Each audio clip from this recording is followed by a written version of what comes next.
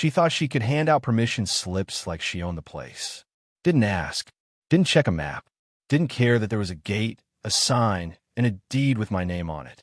Karen, head of the Ridge Trail HOA, lover of rules, breaker of laws, told two out-of-town hunters that the wooded stretch behind her subdivision was community greenbelt and that she could grant them hunting access. So they walked in, guns loaded, tax unsignet. No clue they just stepped across a private property line onto my land. What she didn't know, or didn't bother to find out, was that this land wasn't just fenced.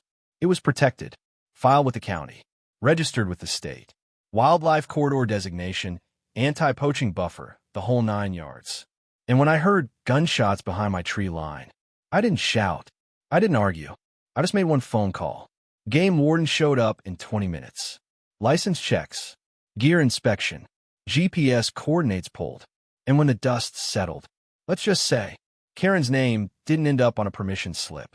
It ended up on an official state violation report that if someone can tell strangers they're allowed to fire weapons on your land, what happens when one of them hits the wrong thing? Or worse, the wrong person? What happens when a hiker gets caught in the crossfire? When a family pet disappears and no one knows a rifle was fired yards from their property line? When a child finds a stray casing by a creek they thought was safe? This isn't about parking spaces or leaf piles anymore. This is about firearms, wildlife, liability, and control. She thought she was assigning access. Thought she could play land manager because she had a title on an HOA board. But titles don't replace deeds. An assumption doesn't erase the law. What she really did was sign her own liability. Because the moment she gave those hunters the green light on land that wasn't hers, she didn't just break a rule. She broke the trust that keeps people safe. It was supposed to be a quiet Sunday. Cool breeze. Late autumn sun hanging low. That golden hour where the leaves glow just long enough to remind you why you moved to the woods in the first place. I pulled into the driveway just before dusk, tires crunching over gravel, coffee thermos still half full on the passenger seat. But before I even got out of the truck, I saw them. Tire tracks. Fresh ones. Not mine. Pressed into the soft dirt just past my fence line. I stepped out, walked slow, scanned the trail. It wasn't a car. The tread was wide, deep, off-road, possibly ATVs, maybe a UTV with hunting racks. Either way, it was heading in, not out, and it didn't belong. Now, let me be clear, this wasn't public land. I own 22 acres, give or take. A mix of pines, scrub, creek, and one gravel trail that wraps behind a neighboring subdivision. That subdivision? HOA territory. Neat little fences. Freshly painted signs. People who like their rules typed in bold font and laminated. And for the most part, we've coexisted just fine, so long as they stayed on their side of the tree line and I stayed out of their community nature path. But these tracks, they didn't stay anywhere. They cut across the back ridge, slipped right past my posted "No trespassing" sign, and continued down toward the part of the woods where deer feed at dusk. And then, I heard it. A shot. It wasn't close. Not directly behind the barn or the tool shed, but close enough. The kind of deep, low crack that only comes from a scoped bolt-action rifle. Then another, slightly farther. I froze. Not because I was scared. Because I was calculating. Wind direction. Line of fire. Possible angles. Entry points. And one unavoidable fact. Someone was hunting on my land. I didn't hesitate. Grabbed my phone. Dialed local sheriff dispatch. Told them exactly what I'd heard, what I'd seen, and where it was happening. They dispatched a unit and patched me through to the regional wildlife officer. 5 minutes later, I was walking down my own trail, phone in one hand, flashlight in the other. Not angry. Not yet. Just steady. That's when I saw them. 2 men walking up the path. Orange vests. Rifles slung over shoulders. Relaxed. They weren't poachers. No camo, no rus. They looked entitled, like this was their lease, like they'd done this a dozen times before. One waved at me. "Evening, sir. Good day out here." I didn't wave back. "Where exactly do you think you are?" They looked at each other, confused. One pulled a folded sheet from his pocket. "We're on community land." "Then Ben got permission from the board president." "Karen something?" He held up the paper. I took it, scanned it, typed header, Ridgewood Forest HOA access permit.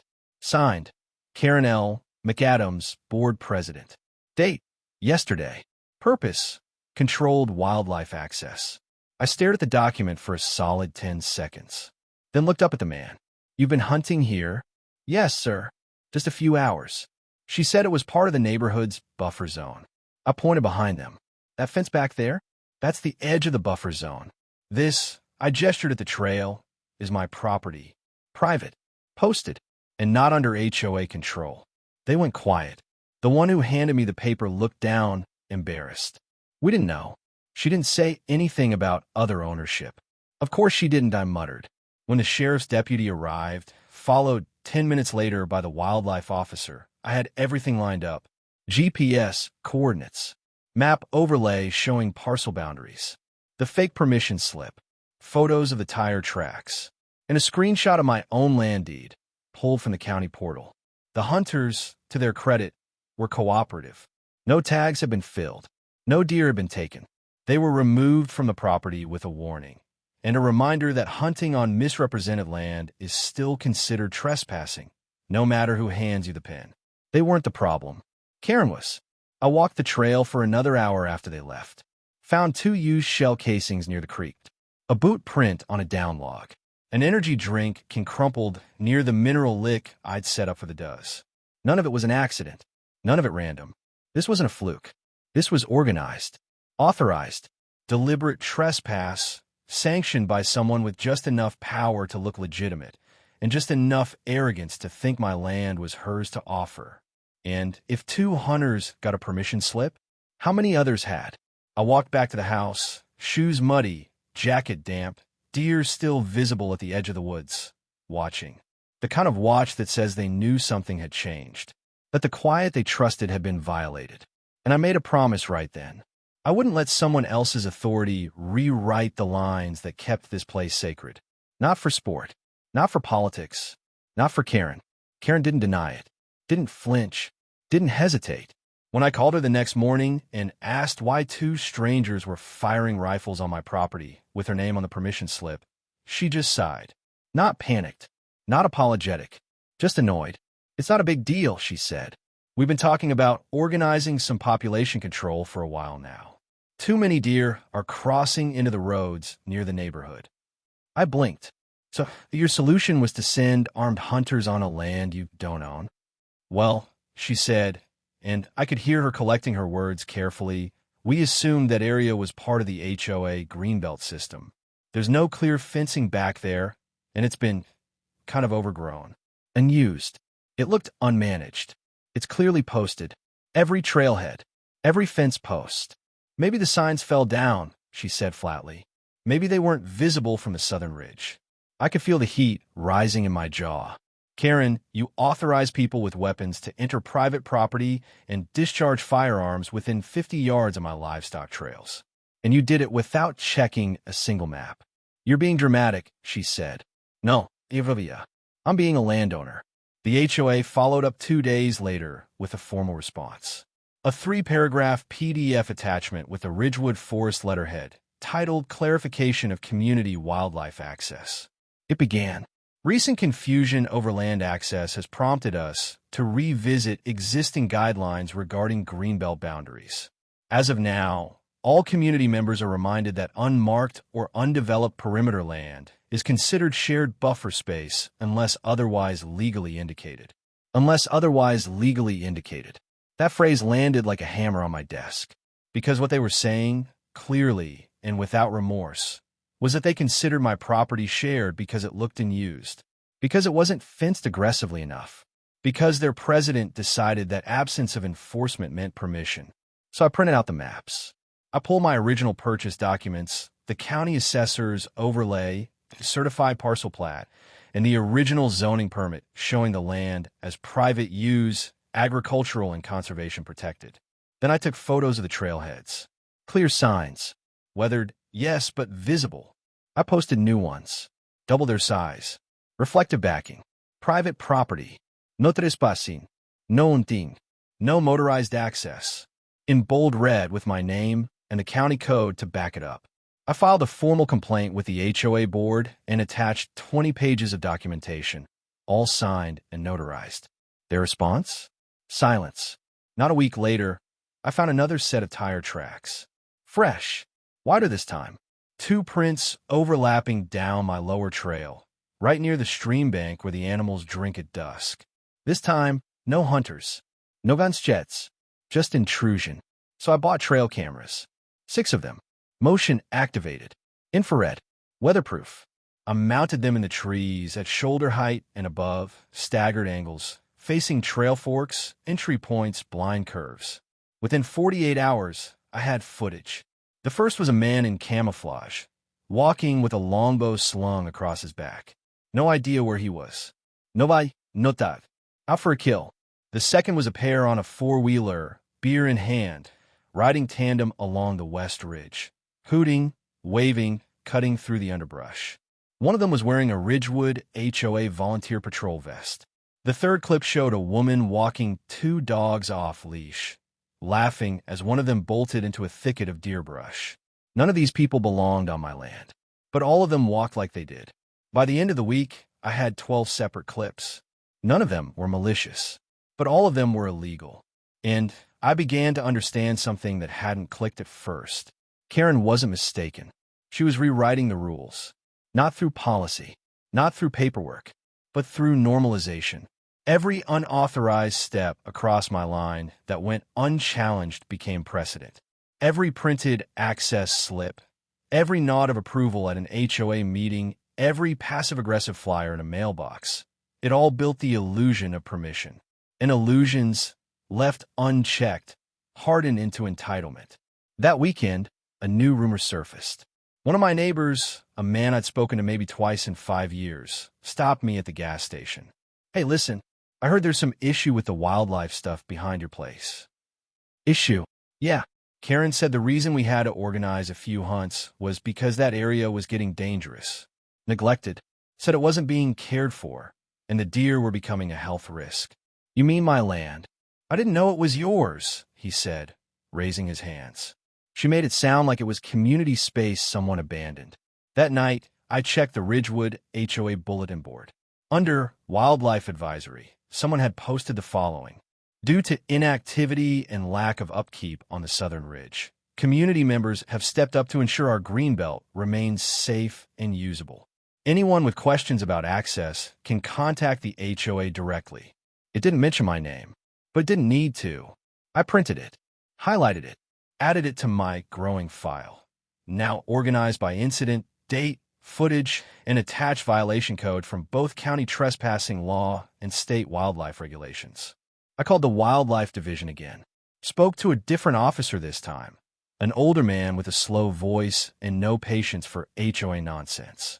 "You're saying they handed out permits?" "Unofficial ones, but printed, signed, labeled with HOA letterhead. And people were actively hunting rifles, bows. One came in on a 4-wheeler. "Do you have photos?" "I have more than photos," I said. "I have patterns." He gave me his direct line, asked me to send everything. The next day I did. Full flash drive, labeled, indexed, dated, included a formal written statement, parcel maps, documentation of sign posting, screenshots of HOA flyers, still frames of trail cam footage. He called me back within 48 hours. "You've got a solid case. Looks like at least 2 violations of Section 22 Wildlife Code, possible misrepresentation of land status, and enabling unpermitted discharge of weapons on non-huntable land. Can HOA members be held liable? If they issued authorization without jurisdiction, yes. And the board president? Depends on what she signed and what she knew." I hung up, hands steady. I wasn't rushing. I wasn't ranting. I was doing exactly what Karen didn't expect. Taking my time. Building a wall. Not out of wood or wire, but out of truth. 1 page at a time. 1 trespass at a time. The wildlife officer's voice was calm, but there was a shift in his tone I hadn't heard before, something cold and clinical. Not casual anymore. Not dismissive. He said, "We've cross-checked our system. There were no permits issued for hunting within your parcel. None requested. None approved." I leaned forward in my chair. And that includes third-party permission slips? Doesn't matter who signed them. Without a state-issued tag and permission from the actual landowner, anyone discharging a weapon back there is acting illegally. I paused. Let that sit. So what happens now? There was a click as he adjusted the headset on his end. Now we build a file. You said you have more than one incident. I have video, dated footage, GPS coordinates, and a printed authorization slip with Karen McAdams' name in ink. He let out a breath. Not surprise, confirmation. Send everything. We're opening a formal investigation into unauthorized wildlife access and potential HOA interference. That night, I got to work. I wasn't emotional, not even angry anymore. I was surgical. I compiled 14 trail cam clips showing unauthorized activity, rifles, bows, off-road vehicles, 2 audio captures of distant gunshots, time-stamped with phone records, photos of boot prints, shell casings, damaged brush, copies of all HOA correspondence and flyers, screenshots of emails Karen had sent to HOA members referencing managed access, 3 printed permission slips signed by her in various formats. I laid it all out by date and by legal violation. At the front of the packet, my deed, parcel map, wildlife corridor classification notice, stamped and certified. Then I wrote the cover letter. To whom it may concern, I am submitting formal evidence that the Ridgewood Forest HOA, specifically Board President Karen McAdams, has knowingly granted access to my private, protected land without permission, enabling individuals to engage in hunting, trespassing, and vehicle use in violation of both state wildlife code and local zoning law. This package includes documentation of unauthorized entry, discharge of firearms, violation of posted signs, and a campaign by the HOA to misrepresent my property as unclaimed or community managed. I request immediate investigation and enforcement under applicable statutes. 2 days later, I got the call. We're escalating to the regional director, the officer said. Our legal department is now reviewing the material for formal action. We'll likely be issuing citations shortly. To the individuals? To them, yes, and to anyone who enabled them under false authority, including Karen. If she signed it, he said, she's on the hook. It didn't take long for word to spread. Someone at the county office tipped a local reporter, a young journalist with a community column and a taste for scandal. I didn't know how they got my name, maybe from the wildlife office, maybe from the HOA records, but I got the email one afternoon. Hi, I'm working on a story regarding Ridgewood Forest's alleged unauthorized hunting activities. Would you be open to sharing your experience? At first, I considered ignoring it, but then I remembered the flyers, the rumors, the way Karen had quietly poisoned my name to justify her actions. So I said yes. The article dropped 3 days later. Headline in bold: Hunting on Stolen Ground? HOA blamed for trespassing on private wildlife corridor. Beneath it, a side-by-side. My property line, highlighted in green. The Ridgewood development in beige. And red dots where the illegal activity had occurred. Karen's name was mentioned 3 times. Each time, with the word allegedly, but it didn't matter. The damage was done. Comments flooded in. Wait, how do you authorize hunting on land you don't own? Imagine letting some weekend warrior shoot a deer 100 feet from someone's back door. This HOA is about to get sued into mulch. And they were. Because the day after the article dropped, I filed a civil complaint. Property disruption, liability exposure, defamation of ownership, legal costs and damages, trespassing via proxy. My attorney included a demand for reimbursement of wildlife camera installation, repairs to fencing, vegetation and trail damage, legal consultation hours, emotional distress due to weapon discharge near livestock. The total? $38,600 and rising. We delivered it via courier to the HOA board office. Signed, certified, documented. The following Monday, Ridgewood Forest HOA held a special meeting. They didn't publicize it like they usually did. No banners, no open invites. But people found out. Enough residents had seen the article, heard the whispers, or, in some cases, realized they'd been misled into thinking my land was community accessible. I sat in the back, didn't speak. Didn't need to, because everything I had to say was already in their inboxes and in the hands of state wildlife enforcement. Karen looked different that night. Not broken, not apologetic, but smaller. Her smile was tight. Her voice lacked that clipped confidence she usually wielded like a whip. She opened with a statement. There has been some unfortunate miscommunication regarding land use on the Southern Ridge, and we're working with appropriate authorities to clear it up. A man from the back stood up. Is it true you gave hunters written permission to use land that isn't ours? Karen shifted. I may have authorized some limited access under the assumption. Assumption, the man repeated, that we own that land. I was under the impression. Another voice cut her off. Karen, your name was on the slips. You printed them. You signed them. How's that a misunderstanding? The room shifted. Murmurs. Papers rustling. A neighbor stood, holding a copy of the article. Someone else called out. I walked my dogs back there last week. Was I trespassing? Karen tried to rally. Listen, we're all trying to keep the community safe. But the game was over. Because authority built on fiction collapses the moment someone produces facts. And I had pages of them. I stood, finally, held up a packet. Everything you authorized, every slip, every email, every flyer, is now part of a formal investigation. Not by me, by the state. Karen said nothing. I stepped closer. And your claim of ignorance?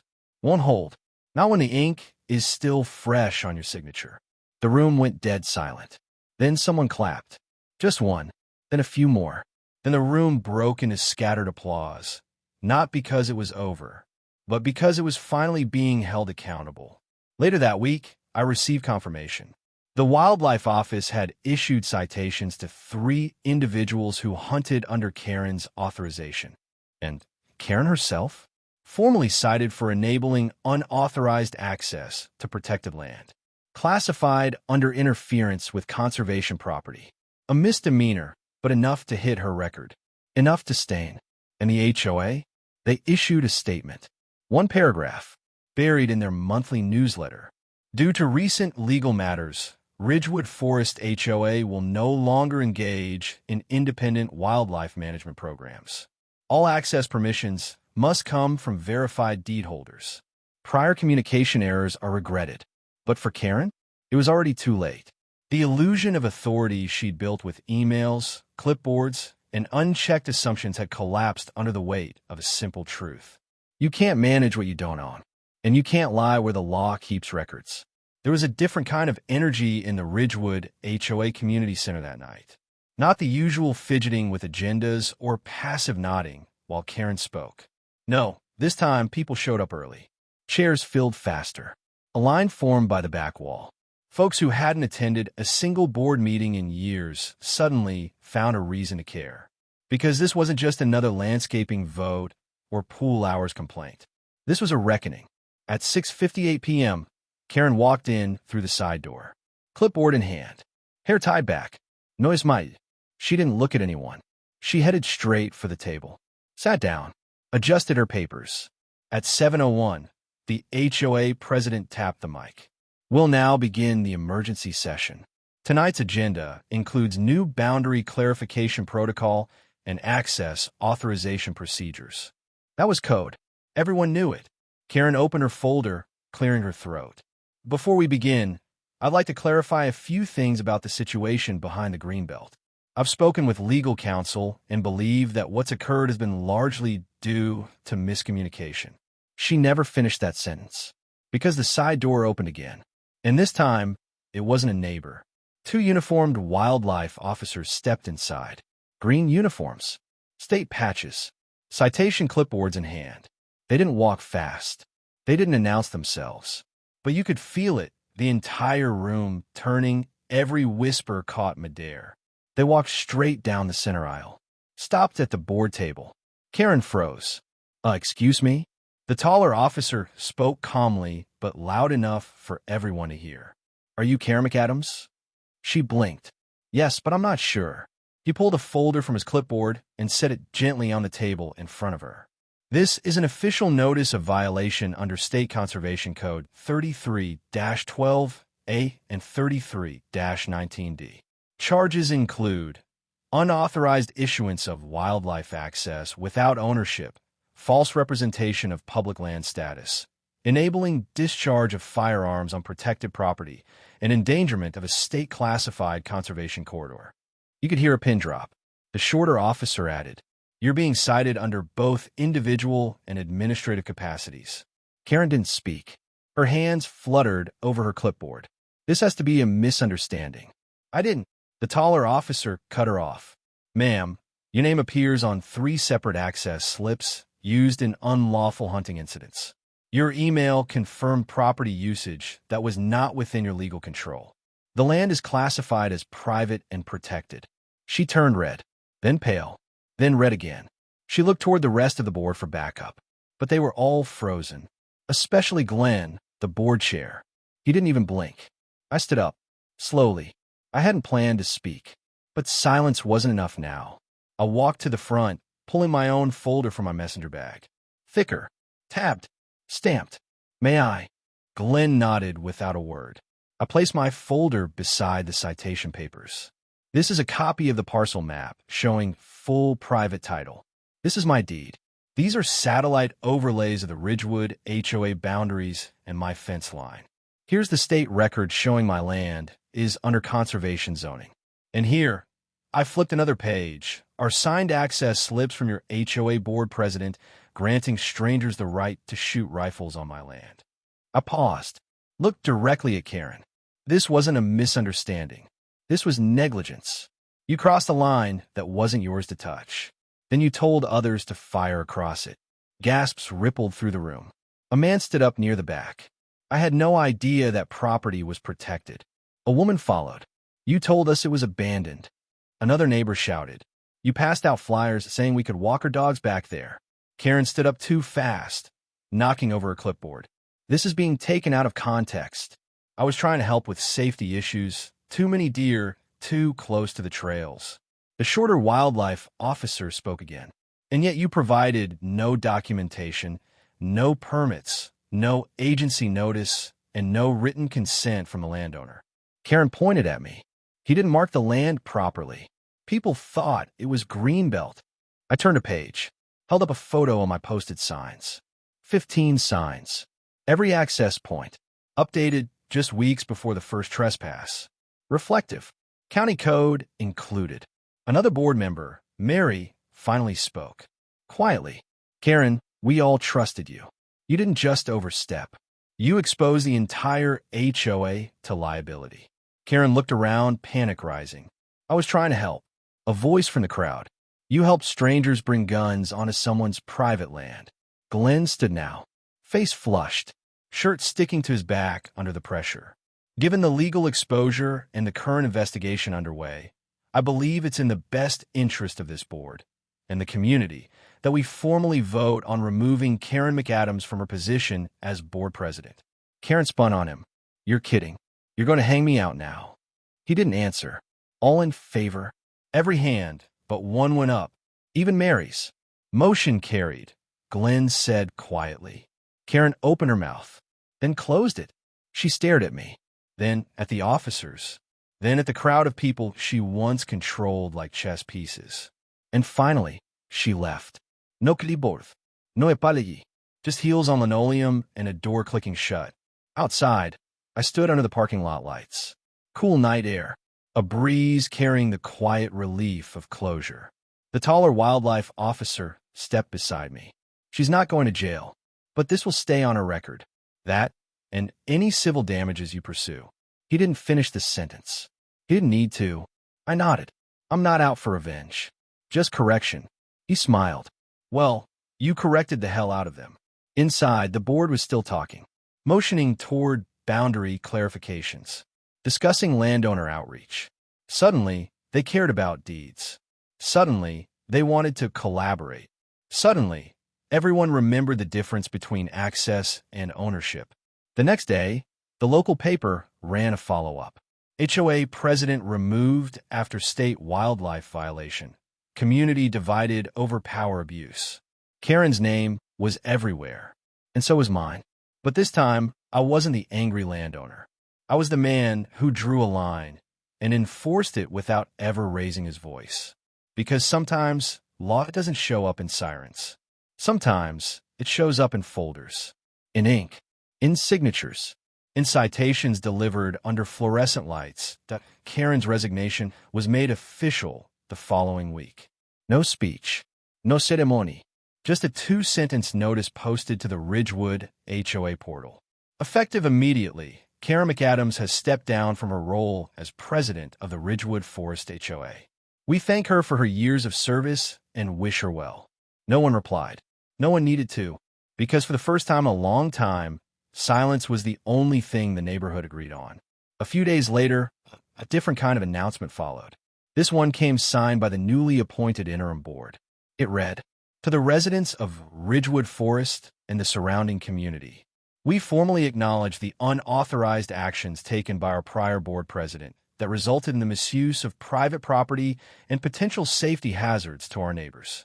In cooperation with county officials and at the request of the property owner, we are funding the full cleanup of the affected land and installing permanent boundary signage to avoid future confusion." It wasn't a confession, but it was a start. Within the week, I watched as a small team from the HOA maintenance crew walked my Easter trailhead, picking up debris left behind by off-road vehicles and uninvited visitors. No arguments, no questions. They nodded as they passed me, quiet, respectful. Even replaced one of the signs I'd put up months earlier with a new metal plaque stamped with both the county wildlife department logo and the phrase, "Protected private land. Do not enter. No hunting. No motorized access. State Code 33-12A. It wasn't just a warning now. It was a declaration.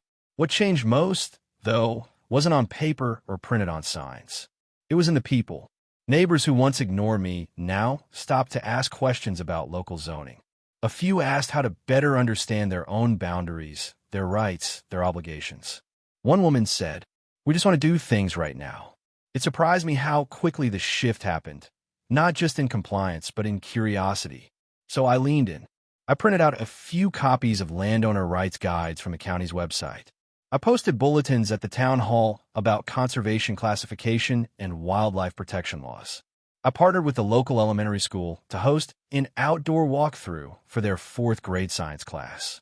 We spent 2 hours under the pines talking about native plants, seasonal migration, the ripple of boot prints through underbrush ecosystems. They asked better questions than most adults I knew. At the end, one kid raised his hand and asked, "Do animals know where your land stops and the other one begins?" I smiled. "No," I said, "but people do, or at least they should." Eventually, the wildlife department offered to install 2 official trail markers along my north and west lines. They called them visual redundancies, but to me, they were peace of mind. Markers that stood not just to deter trespassers, but to remind everyone, HOA members included, that ownership isn't invisible. It's not just about fences or paperwork. It's about respect. There are no more unauthorized gunshots. No tire tracks curling into my soil. No dogs darting into my mineral licks or teenagers cutting through my trail like it was some shortcut to the lake. Just trees, birds, a natural quiet that hadn't fully returned until now. And it stayed that way, because once a line is redrawn in front of witnesses and the law, no one dares cross it again. She thought she was doing the neighborhood a favor. Thought she could hand out access like it was hers to give. Thought she was managing the land, keeping things tidy, solving problems, offering solutions. But there's a difference between being on the board and being on the deed. She forgot that. Or maybe she never knew it in the first place. And when you let power go to your head, you stop seeing the lines, fences, laws, boundaries, until the law draws them in red ink and hands you the citation. She thought a clipboard made her the landowner. Turns out, all it did was make her the defendant. Because property isn't about popularity. It's not about assumptions or rumors or who shouts loudest at the HOA meeting. It's about facts, signatures, quiet clarity backed by ink that doesn't smudge under pressure. So next time someone tells you where you're allowed to go, next time they say you're fine, or we always use this path, or someone said it was public, ask to see the deed.